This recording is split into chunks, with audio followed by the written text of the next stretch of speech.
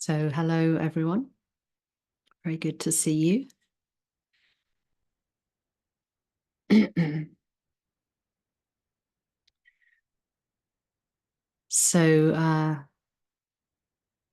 yeah, before we start, in a way that this speaks to motivation for practice.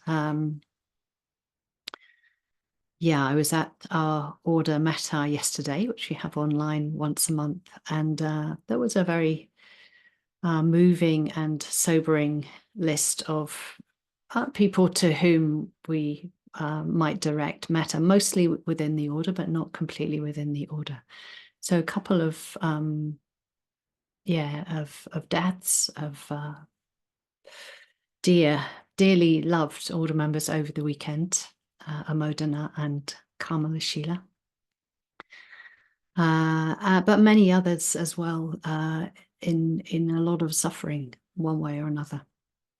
So what I'm saying might seem as if it's what I'm going to say might seem as if it's not so connected to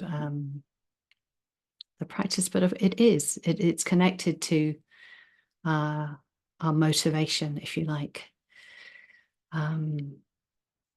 and in a way, the relief we can get to death is part of life, illness is part of life, suffering is part of life, and if we can be with what is, if we can be with what's happening, then we're a little bit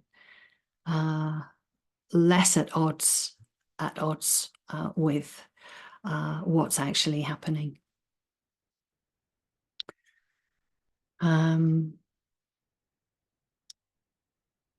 So what I wanted to talk about was what happens when we're able to just be with experience, be with what's happening. And I had a few moments in meditation this week that were hard to describe. They were hard to describe to myself, but they were hard as well, even harder when I tried to write down, and also when I tried to come back to think what was I saying? What did I mean then? And that's true, isn't it, of meditative moments of experience. It can be hard to translate from an experience into language, into concepts. I spoke about this a bit on the day retreat, how moving from from an acquaintance with, that's how they say it in Japanese philosophy, to a description of. So an acquaintanceship with something, there's an intimacy in that. There's an immediacy in that. And then it's helpful, actually. It is helpful to, if we can, recall it in some way, which means putting it into language. But what's important is that the acquaintanceship with experience comes first, and the description or the conceptualizing around it comes second. And this in Japan, you get this lovely term which we use here, ineffable. So what sort of can't really be described, or can only just be described, has this quality of the ineffable. And there's a value here of experiences that we can't describe, experiences that are outside of our usual frames of reference, which are conceptual frames of reference usually. We can describe most easily what we're familiar with, what we're most familiar with, what fits our conditioned or pre-existing models, mental models. So I think it's a gift when there's even a few moments that can only be described with difficulty. And they can open up this sense of curiosity in the mind. What's that? What's going on? What's happening? and that unfamiliarity is often deeply pleasurable or satisfying, and sometimes it can be quite disconcerting, or even fear can arise in relation to it. But one of the things is that it can sound very ordinary, very prosaic if we try and describe what happens. So, of course, I'm going to just try and put into a few words what I noticed in the week.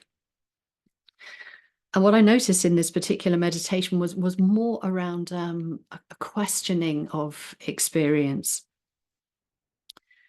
That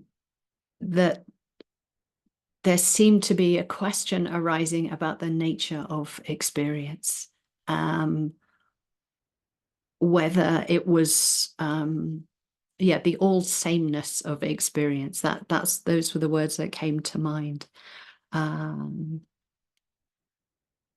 How a sound seemed to have the same sort of quality as, for example, an image in the mind. It was a bit like the material was the same, the mind dust. That's the term that came to me this morning, the mind dust. Or and this opened up the mind to different questions around, are the senses separate from each other? Are they all different? Are they all the same? Or at least the same until the conceptualizing mind comes in, or the discriminating mind. And there was a sense of wonder, and what Bhante talks about is intuitive searching. He talks about the wisdom quality in the mind as intuitive searching. And it definitely felt like awareness and wisdom were there with experience in a different way. So what happens when awareness and wisdom can stay with a moment of experience? See how experience comes together and how it falls apart, how it changes. And then in those glimpses of really staying with experience, we can get a glimpse perhaps more of the nature of experience. What's that experience like? Just being open to those moments of experience. And my experience, there's this sort of open, curious quality of awareness, almost dreamy, but quite present, quite alive to what was happening. I think that dreaminess is sort of an antidote to the mind, the conceptualizing mind that wants to pin things down.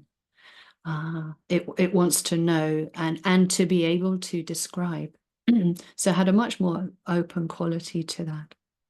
I'm sure that what I'm describing, if not the exact sort of area of investigation, the quality of mind or the type of seeings into the nature of experience, I'm sure that for a lot of you, something of this will be familiar. So in meditation, this receptive type of meditation, we're creating the conditions for that mind, that quality of mind, where awareness and wisdom are both working, where they're working together, and something else, it allows something else to come into being, a new way of seeing. We don't get there by hankering after that type of mind, of course. We're receptive to what's happening, to the objects that are present, that can be known, recognizing what's happening from a relaxed and open perspective, again and again and again. So having said enough, that's what we'll do. We'll sit. So if you'd like to get yourself together.